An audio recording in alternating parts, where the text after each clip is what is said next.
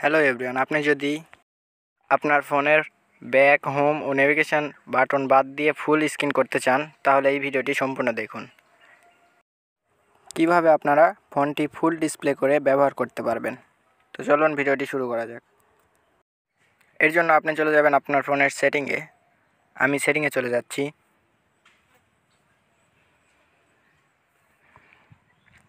সেটিংয়ে আসার পর একটু স্ক্রল ডাউন করবেন।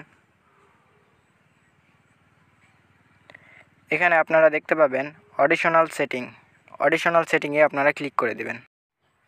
এখন আপনি সিস্টেম নেভিগেশনের উপর ক্লিক করে দিবেন।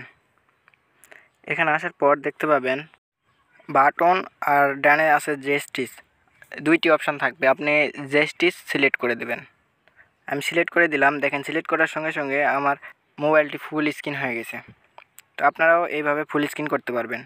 তো ভিডিওটি এই পর্যন্তই। ভিডিওটি ভালো লাগলে অবশ্যই একটি লাইক দিবেন, আর আপনারা এরকম প্রয়োজনীয় ও গুরুত্বপূর্ণ ভিডিও পেতে আমাদের চ্যানেলটি অবশ্যই সাবস্ক্রাইব করবেন। ধন্যবাদ সবাইকে।